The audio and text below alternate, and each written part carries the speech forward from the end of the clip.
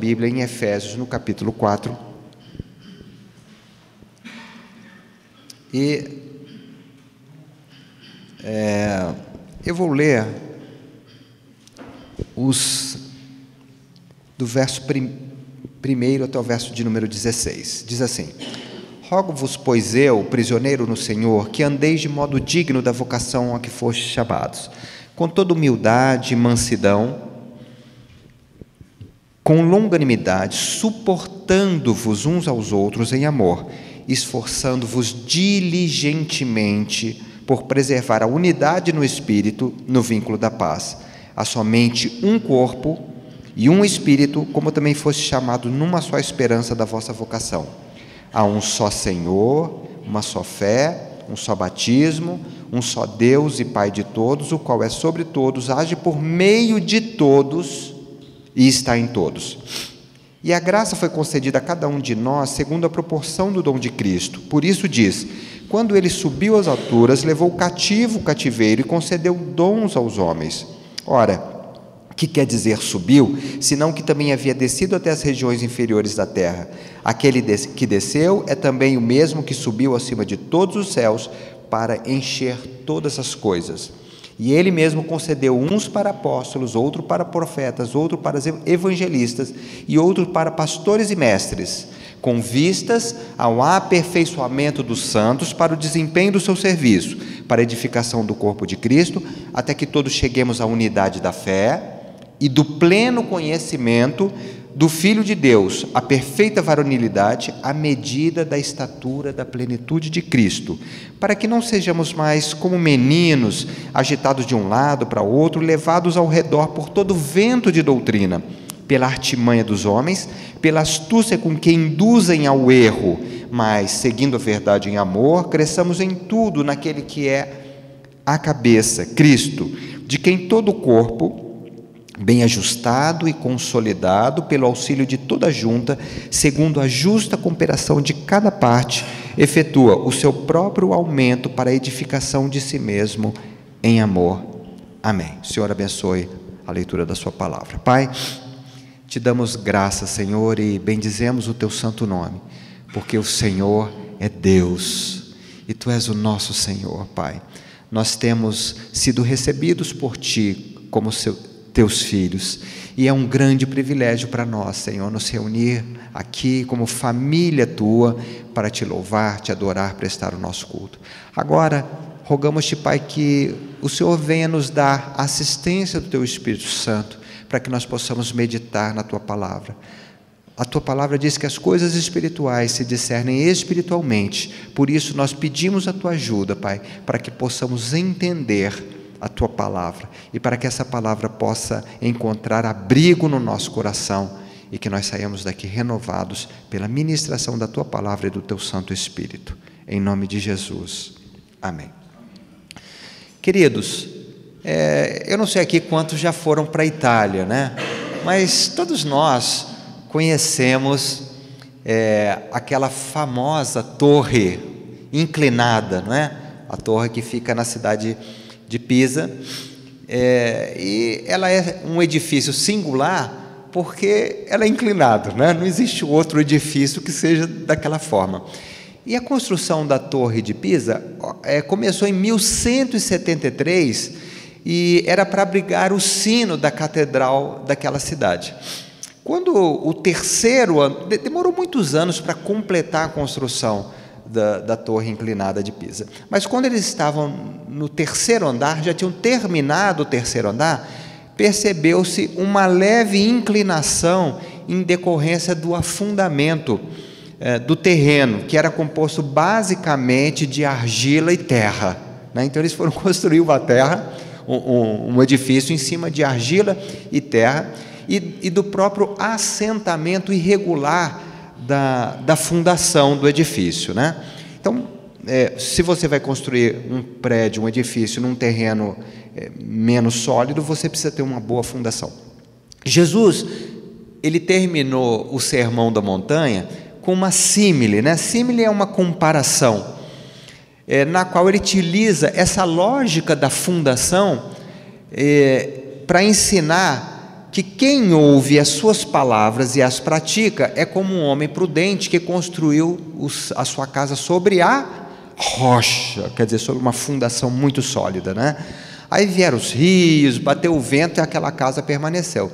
E nessa comparação ele diz que quem escuta as palavras dele e não pratica é semelhante a alguém que construiu a sua casa na areia, né? Que nem a torre.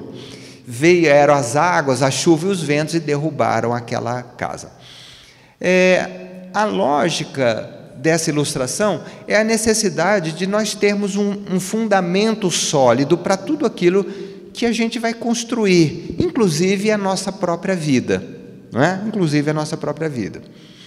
E na igreja, a igreja não é diferente. E nessa manhã, eu gostaria de meditar nesse texto de Efésios 4 sobre a igreja e na verdade, sobre os fundamentos bíblicos da igreja. Tudo que a gente faz para o reino de Deus, a primeira coisa, o primeiro passo é nós encontrarmos os fundamentos bíblicos, não é? Vamos fazer um ministério de ensino na igreja. Qual é o fundamento bíblico do ensino, né, na igreja? Vamos fazer um discipulado. Quais são os fundamentos bíblicos? E a própria igreja, nós precisamos buscar esses fundamentos bíblicos para ela. Hoje nós escutamos tanta coisa sobre igreja, não é? As pessoas falam as mais variadas fazem as mais variadas afirmações sobre a igreja, mas é importante sempre nós voltarmos para a Bíblia para ver o que Deus diz sobre a igreja, porque no fundo é isso que importa, não o que os homens acham, mas o que Deus pensa acerca da igreja. Então eu vou falar sobre a definição, sobre a origem da igreja, sobre o fundador da igreja, a natureza da igreja, o propósito da igreja, a missão da igreja e o modelo bíblico de como a igreja deve funcionar. E falar tudo isso em 30 minutos é um desafio enorme, não é? Mas vamos lá. Primeiro, eu gostaria de dar uma definição. A igreja é a comunidade formada pelos discípulos de Cristo, fundada quando do derramamento do Espírito Santo no Pentecostes. Por que é importante a gente dar essa definição? Porque alguns pensam que a igreja é a comunidade de todos os crentes de todos os tempos. Viu a diferença? Então, alguns teólogos, algumas pessoas pensam que a igreja é a reunião, é a comunidade de todos os crentes de todos os tempos. Então, nessa definição, que não é a nossa, Abraão faz parte da igreja, Moisés, Davi, todos os profetas são a igreja, não é? Então, Israel seria a igreja do Antigo Testamento. Então, a igreja bíblica brasileira, ela não pensa dessa forma, né? Nós somos dispensacionalistas e nós cremos que a igreja, então, ela nasce no dia do Pentecostes com o derramamento do Espírito Santo depois da morte de Jesus. Aliás, em Mateus 16, 18, Jesus fala assim, para Pedro, né? Para os seus apóstolos, edificarei a minha igreja. Ora, se Jesus estava na terra e ele disse que ele edificaria as suas igrejas, significa que antes disso a igreja não estava edificada, ou seja, a igreja seria edificada para ali para frente. Logo, Israel não pode ser a igreja do Antigo Testamento, porque no Antigo Testamento a igreja ainda não tinha vindo à existência. Então, essa seria a definição. A igreja é uma comunidade, é o grupo formado dos seguidores de Cristo, certo? Qual é a origem da igreja? Bom, a igreja, do ponto de vista bíblico, a gente pode dizer com toda certeza que ela nasceu no coração de Deus. Essa é a origem da igreja. As epístolas de Efésios e Colossenses, se você ler as epístolas de Efésios e Colossenses, que são pequenas, não é? Você vai ver que existem muitas semelhanças entre elas.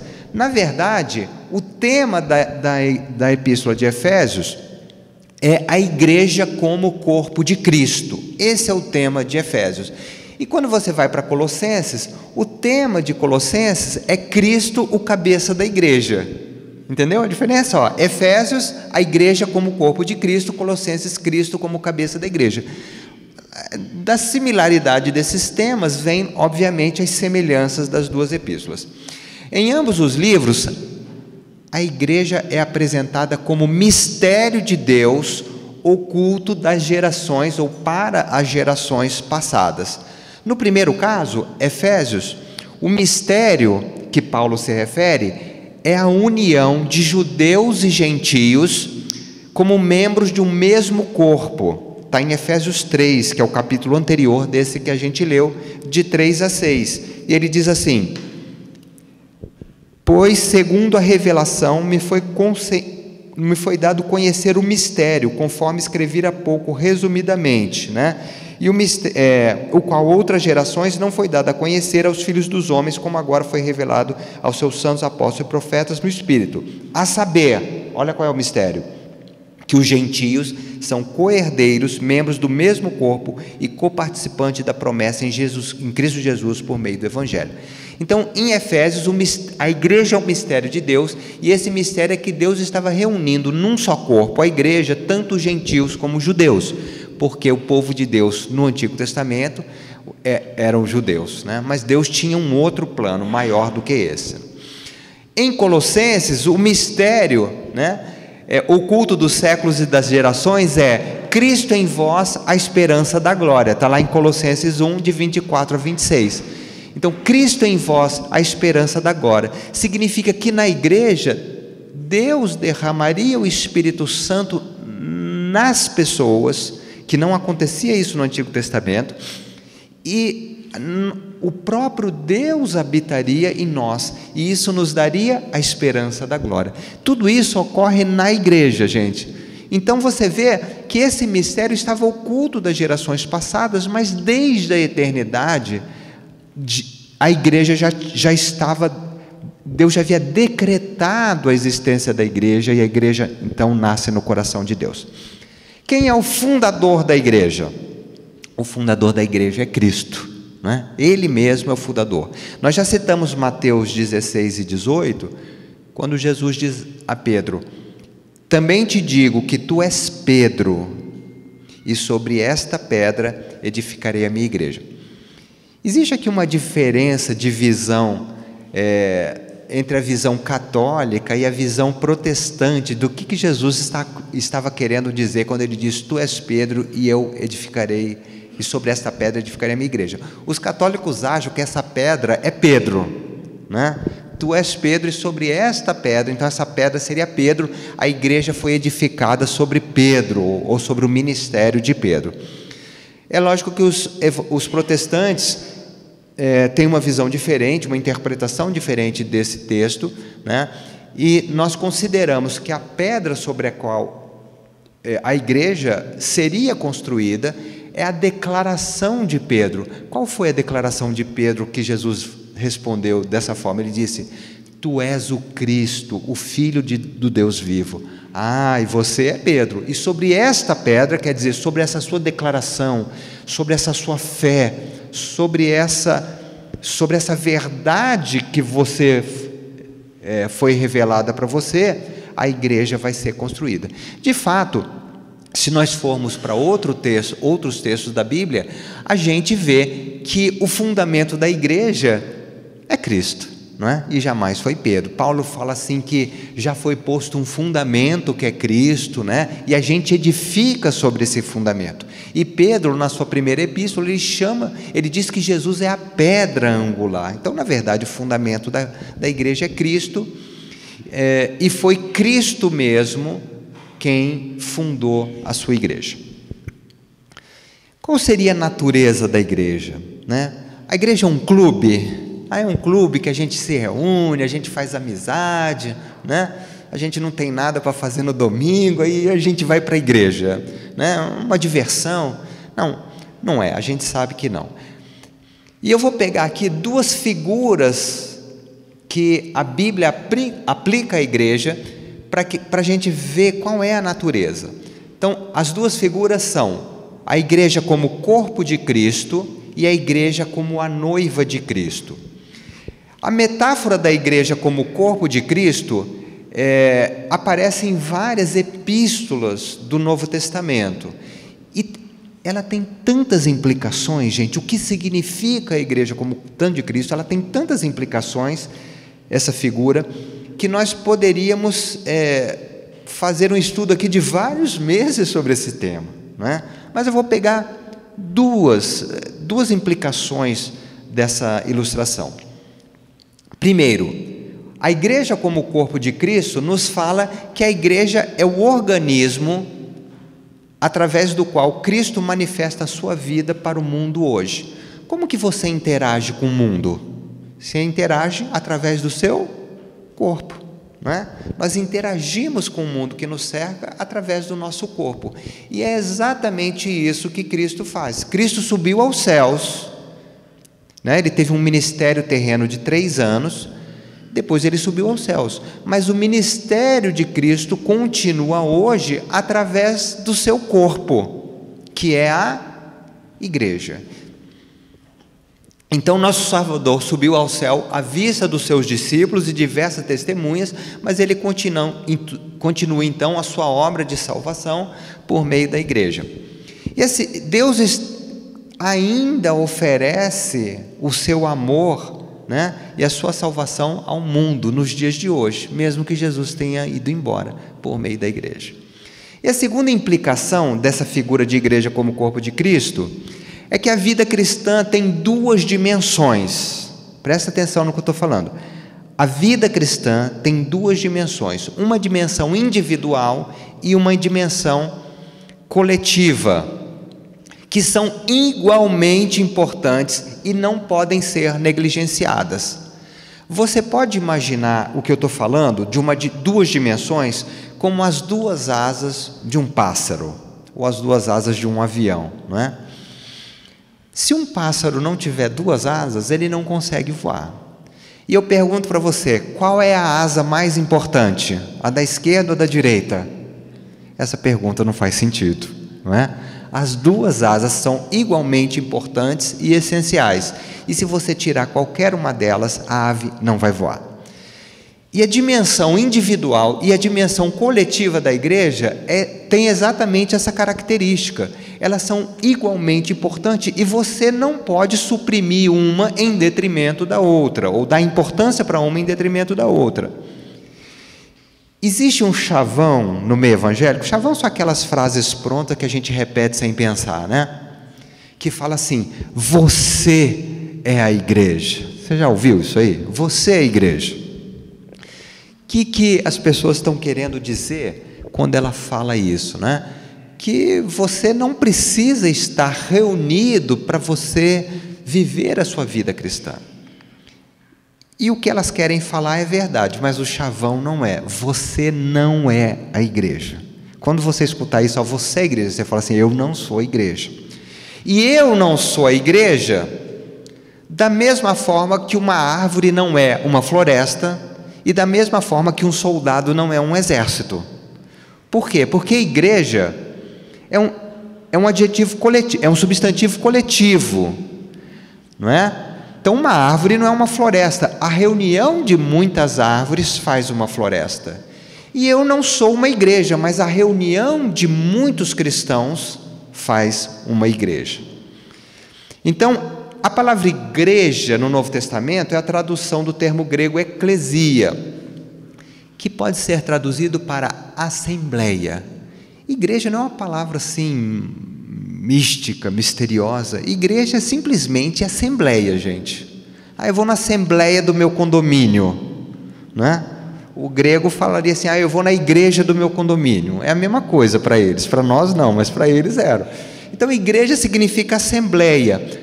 Ou seja, isso nos fala que nós, como membros, podemos representar a igreja, mas nós não somos a igreja, né? Nós somos embaixadores de Cristo, nós somos embaixadores da igreja, nós representamos a igreja, mas quando eu estou sozinho, eu não sou a igreja.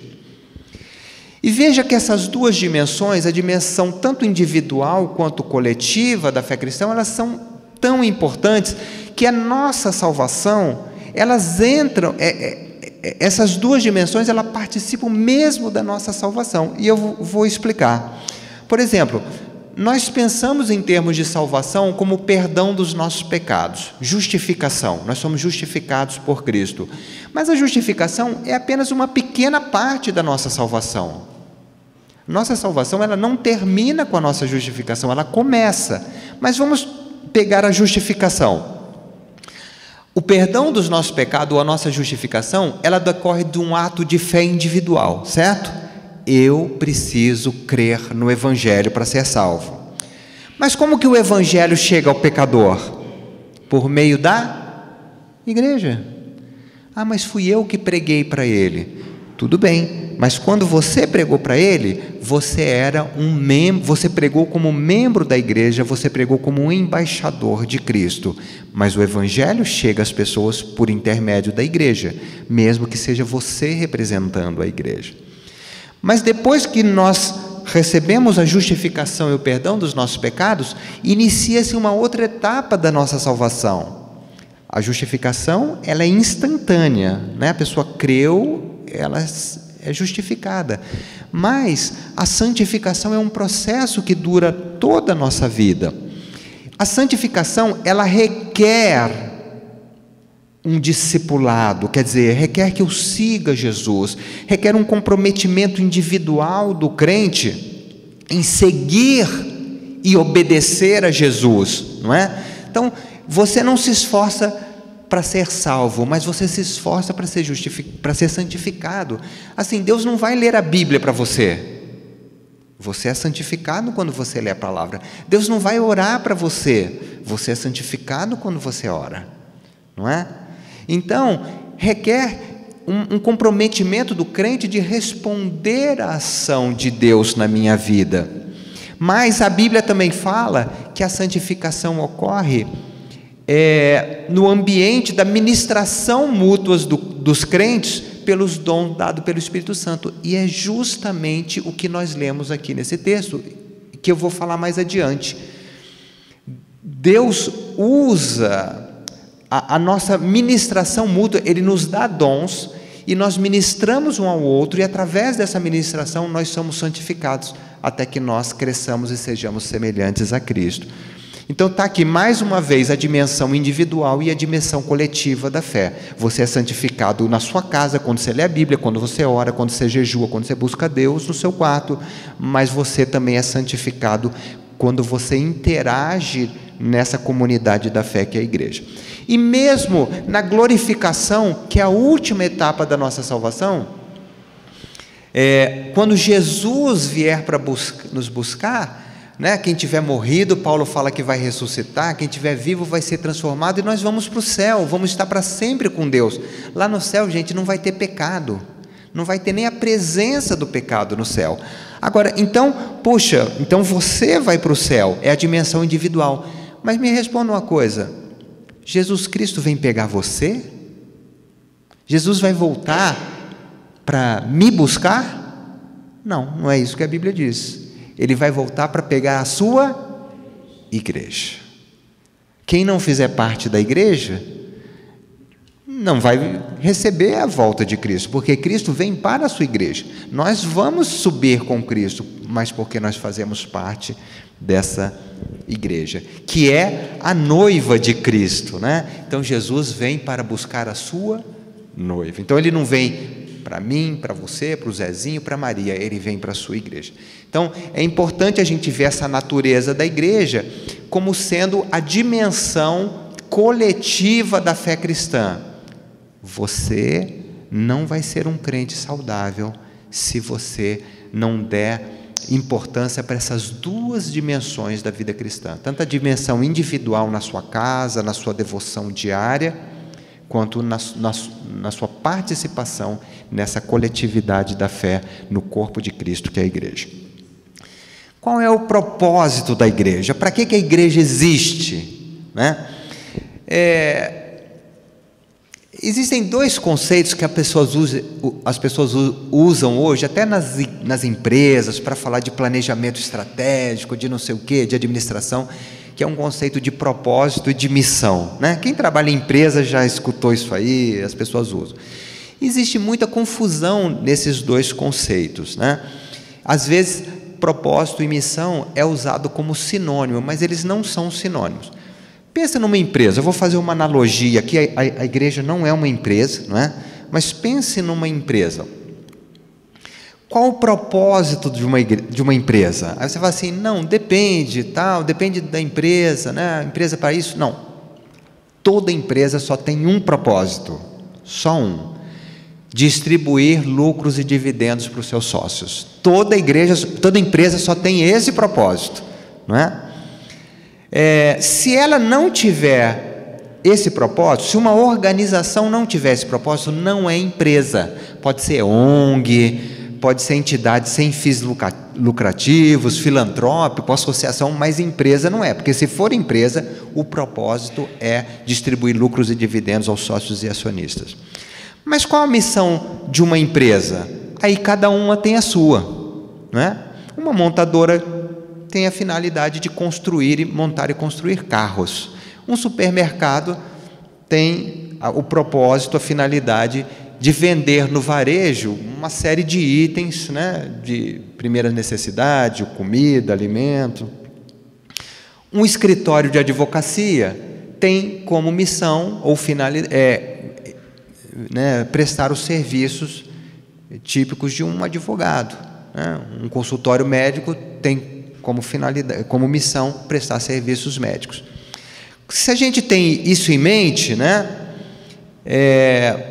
qual é o propósito da igreja? Então, se você for em qualquer manual de teologia, você vai ver que o propósito da igreja é glorificar a Deus. Ponto. Então tem livro aí, Igreja com Propósito, que fala que o propósito da igreja é adorar, igreja é evangelizar. Gente, o propósito da igreja é glorificar a Deus, ponto. Tá? E se você voltar no capítulo 3 aí de Efésios, espero que você tenha deixado aberto, versos 8 a 12 do capítulo 3 de Efésios, olha o que ele diz: a mim, o menor de todos os santos, me foi dada esta graça de pregar aos gentios o evangelho das insondáveis riquezas de Cristo e manifestar qual seja a dispensação do mistério desde os séculos oculto em Deus, que criou todas as coisas, para que pela igreja a multiforme sabedoria de Deus se torne conhecida agora dos principados e potestades nos lugares celestiais, segundo o eterno propósito que estabeleceu em Cristo Jesus nosso Senhor, pelo qual temos ousadia e acesso com confiança mediante a fé nele. Então o propósito da igreja é justamente esse, o de manifestar a glória de Deus no mundo, não é? Até para os principados e potestades, manifestar as riquezas de Deus em Cristo Jesus, a glória de Deus. Esse é o propósito da igreja. Agora sim, qual seria então a missão da igreja? Bom, a missão da igreja é aquela dada por Jesus aos seus discípulos, que está lá no final de cada um dos evangelhos. Eu estou pegando aqui Mateus 28, né? 18 a 20, onde Jesus fala assim, todo mundo conhece, decore isso, né? Toda autoridade me foi dada no céu e na terra. Ide, portanto, fazei discípulos de todas as nações, batizando-os em nome do Pai, do Filho e do Espírito Santo, ensinando-os a guardar todas as coisas que eu vos tenho ensinado. Então a missão da igreja, gente, é pregar o evangelho para quem não é crente, fazer essa pessoa um discípulo e discipular essa pessoa, ou seja, ensinar essa pessoa a ser um verdadeiro seguidor de Jesus, até que ela mesma possa cumprir essa missão por ela mesma na igreja. Então, se fôssemos para reduzir essa missão em 2 palavras, seria evangelizar e edificar. Evangelizar os não cristãos e edificar os cristãos. Tudo que a gente faz na igreja deve ser na direção de atingir e de cumprir essa missão. Ah, vamos fazer uma festa aqui na igreja? Podemos fazer. Mas a gente tem que estabelecer qual é a finalidade dessa festa, porque qualquer que seja essa finalidade, ela tem que estar na direção de cumprir essa missão. Então, nós estamos iniciando aqui o nosso ministério com mulheres. O que a gente vai querer, por fim, atingir como objetivo nesse ministério de mulheres? Gente, evangelizar as mulheres que não conhecem a Cristo como seu Salvador e edificar aquelas mulheres que estão aqui e que já são cristãs, já têm essa experiência de salvação. Então, a gente pode fazer isso de diversas formas. O que não pode acontecer é o meio que a gente usa para atingir esses objetivos se tornar um objetivo em si mesmo. Então a festa acaba virando um objetivo em si mesmo. Então o encontro acaba virando um objetivo em si mesmo, porque não é. São apenas muitas coisas que a gente faz na igreja são apenas meios para a gente cumprir a missão da igreja. Tudo bem? Estão comigo até aqui? Então, veja bem, a missão que Jesus deu, conforme está em Mateus 28, ela inclui pelo menos 3 tarefas, né? Pregar o evangelho para os não cristãos, a fim de que ele receba a salvação pela fé em Jesus e se tornem discípulos de Jesus. Segundo, trazer os convertidos para a comunhão da igreja, que é o significado de batizar. O batismo é aquele ato pelo qual as pessoas passam a fazer parte da igreja, gente. O batismo é aquele ato pelo qual as pessoas passam a fazer parte da igreja, né? Um sacramento que a igreja ministra, que Jesus outorgou para a igreja e através do qual a pessoa passa a fazer parte da igreja. E o terceiro, ensinar os discípulos a serem verdadeiros seguidores de Jesus. Mas eu já tenho 30 anos de crente, já sei um monte de coisa. Gente, então eu fiz uma faculdade de teologia, não precisava mais vir na igreja, né? Porque eu já fiz bacharel em teologia, mestrado em teologia, né? Então não preciso mais vir na igreja porque eu já aprendi. Não é assim, não é? Até o último dia de vida que a gente tiver, nós estamos crescendo, porque Efésios diz que o objetivo é nós chegarmos ao pleno conhecimento de Deus. E quem é que pode dizer que já tem? Não é? Então, se você não tem o pleno conhecimento de Deus, você está aqui na igreja para que todos nós juntos prossigamos nesse alvo. Embora a missão tenha sido dada originalmente para aqueles discípulos, para os apóstolos, né? Essa é exatamente a missão da igreja. E aqui, gente, eu preciso fazer uma ressalva, voltando para aquele exemplo da igreja, da empresa. Uma empresa pode cumprir a sua missão sem atingir o seu propósito? Pode. Como é que isso acontece? Vamos supor, pega aqui uma firma de engenharia. A missão, né, o objeto social dessa empresa é construir casas, edifícios, né, obras de engenharia em geral, pontes, etc. Então, esse é o objeto social, a missão. O propósito é distribuir lucros e dividendos para o sócio. Mas se essa empresa for mal administrada, né, ela não se preocupa com seus custos, ela desperdiça material, né, ela paga um salário acima do valor de mercado, o que vai acontecer com essa empresa? Ela vai ter prejuízo e não vai ter lucro nenhum para distribuir. Então ela está cumprindo o seu objeto social, a sua missão, mas ela não está cumprindo o seu propósito, porque os sócios já estão há 5 anos sem receber lucros e dividendos. Isso pode acontecer com a igreja? Pode. Porque o nosso objetivo é glorificar a Deus, e a gente pode se esforçar para cumprir a missão de uma forma que não glorifica a Deus. Podemos fazer isso? Podemos. Como que a gente pode fazer isso? Se eu estiver aqui na frente da igreja e começar a manipular as pessoas, porque eu quero que as pessoas façam isso, façam aquilo, participem do ministério, aí eu começo a manipular as pessoas, não é? Eu estou glorificando a Deus? Não. Eventualmente eu até encho a igreja, né? Mas eu não estou glorificando a Deus. Se eu aqui do púlpito começar a prometer coisas que a Bíblia e Deus não promete, eu estou glorificando a Deus?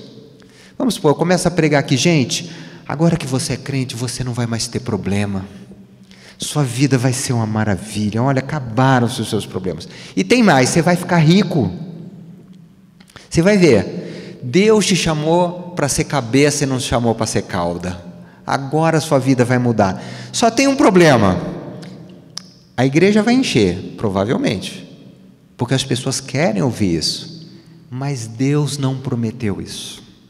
Então eu estou prometendo, mas Deus não prometeu. Aí, sabe o que vai acontecer? Não vai acontecer nada disso, porque Deus não prometeu isso, e as pessoas vão me procurar: pastor, mas eu orei e não aconteceu. Aí você sabe o que eu vou falar? Eu vou dizer assim: a culpa é sua, porque você não teve fé. Se você tivesse tido, Deus te chamou para ser rico, né? Se você não está rico é porque você está em pecado. Também pode ser que você está em pecado.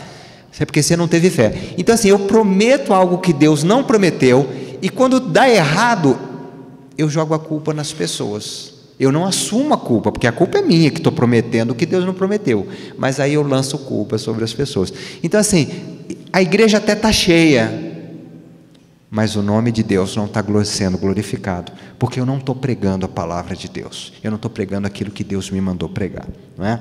Então a nossa missão é estabelecer, evangelizar e edificar, mas essa missão não pode ser cumprida de qualquer forma, né? Nós precisamos cumprir a missão de uma forma que glorifique a Deus e o seu propósito, né? Precisamos, como indivíduo e como comunidade, amar e obedecer a Deus, e precisamos amar e servir as pessoas.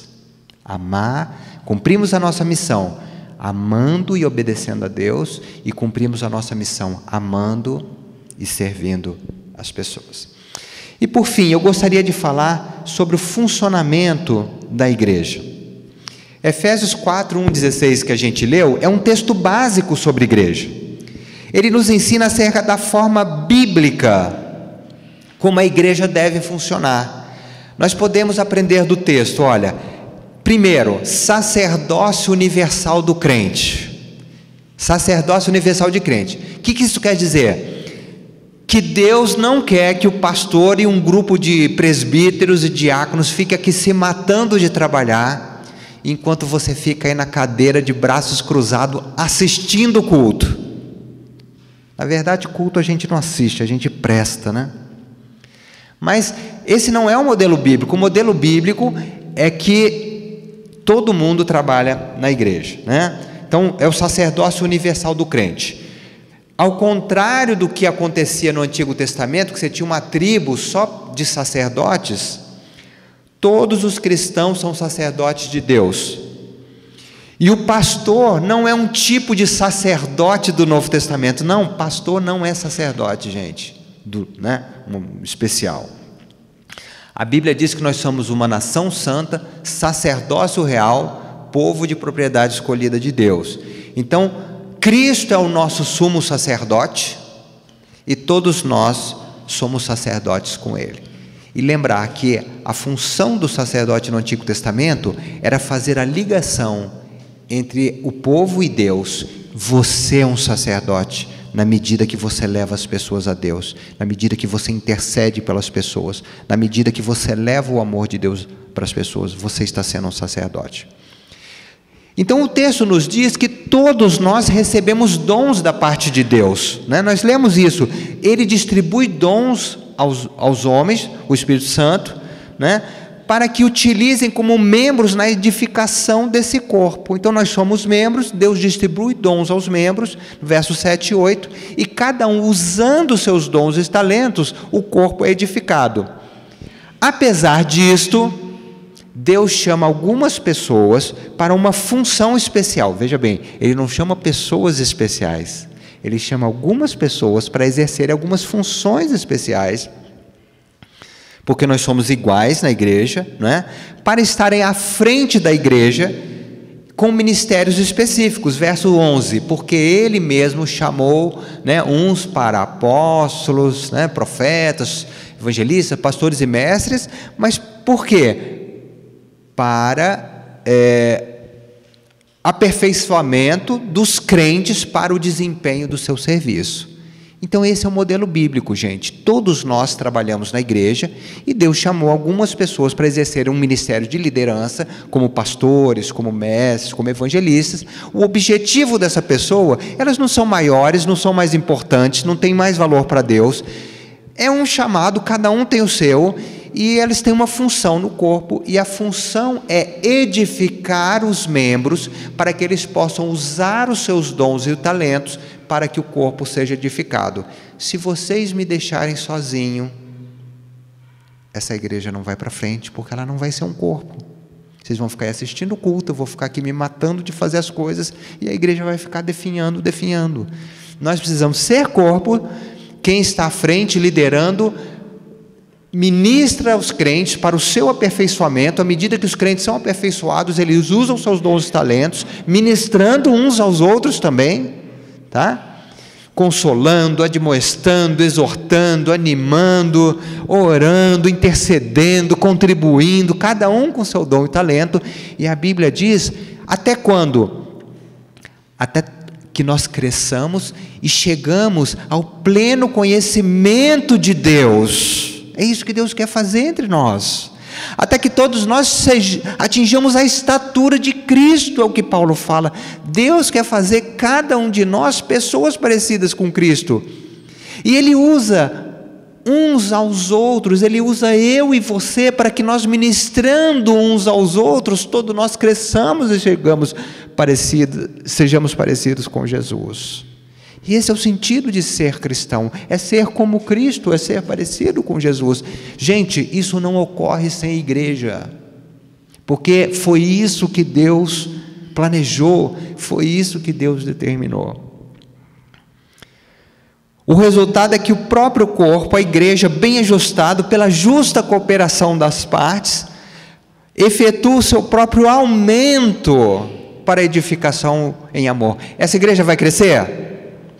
Essa igreja vai crescer? Vai, quando nós começarmos a exercer nossos dons, quando nós começarmos a ministrar uns aos outros, quando nós começarmos a participar dos trabalhos, das reuniões, quando nós começarmos a usar os dons e os talentos no corpo, nós mesmos seremos edificados. Eu edifico você, você edifica a mim, e o corpo todo cresce em amor.